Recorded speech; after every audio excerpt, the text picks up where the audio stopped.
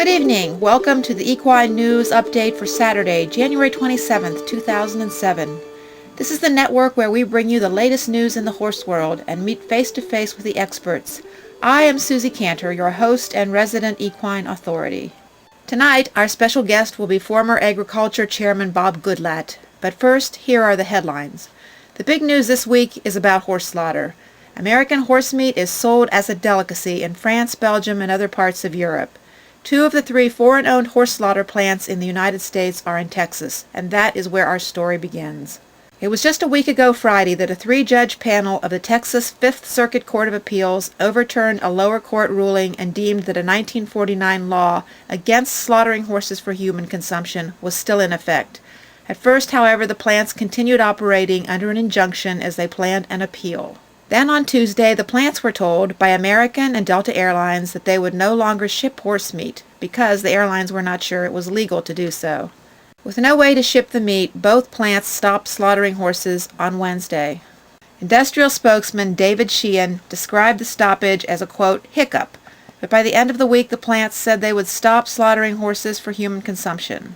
And as if all of this were not bad enough for the horse slaughter industry, federal legislation was reintroduced into the Agriculture and Commerce Committees of the House and the Senate, which would stop the slaughter of horses for human consumption throughout the entire United States. To get his perspective on this, we are going to be talking to the man whose name is synonymous with horse slaughter, Representative Bob Goodlatte. As the former chairman of the House Agriculture Committee, he has led the fight against the American Horse Slaughter Prevention Act for years. We found out that Chairman Goodlatte was on a fact-finding tour of Iraq, but we were able to arrange a satellite connection through Al Jazeera television.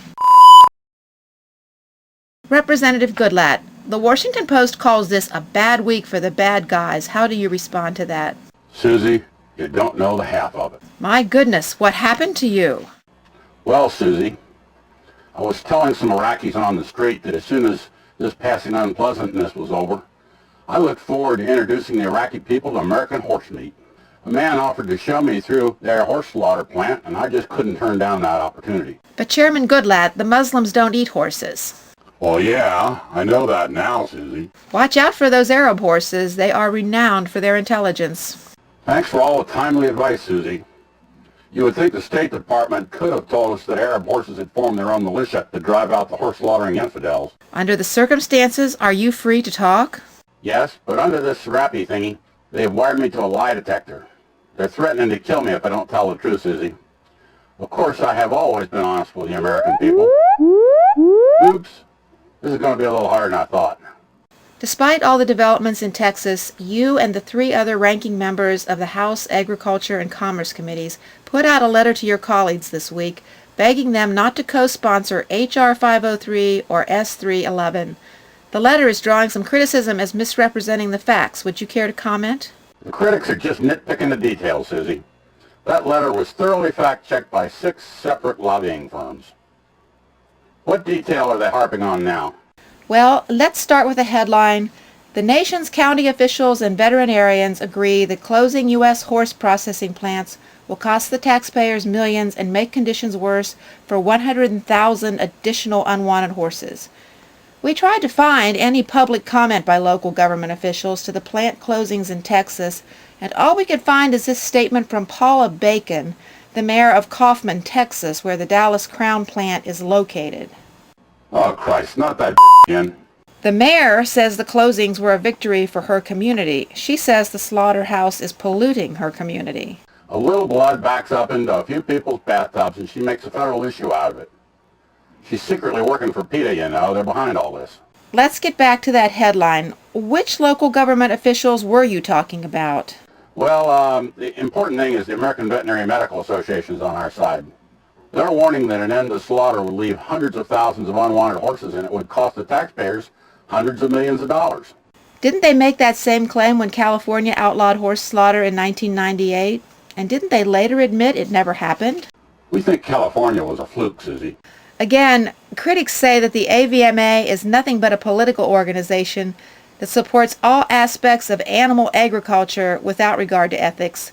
Furthermore, the critics point out that between 1989 and 2004, the rate of slaughter in the U.S. dropped from 350,000 to under 50,000, And there was no cost to the taxpayer or increase in abuse and neglect.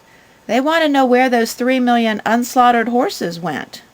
We have been trying to figure that out ourselves, Susie. Our best guess is that PETA hid them. We have to trust what the AVMA says, you know. They're the experts.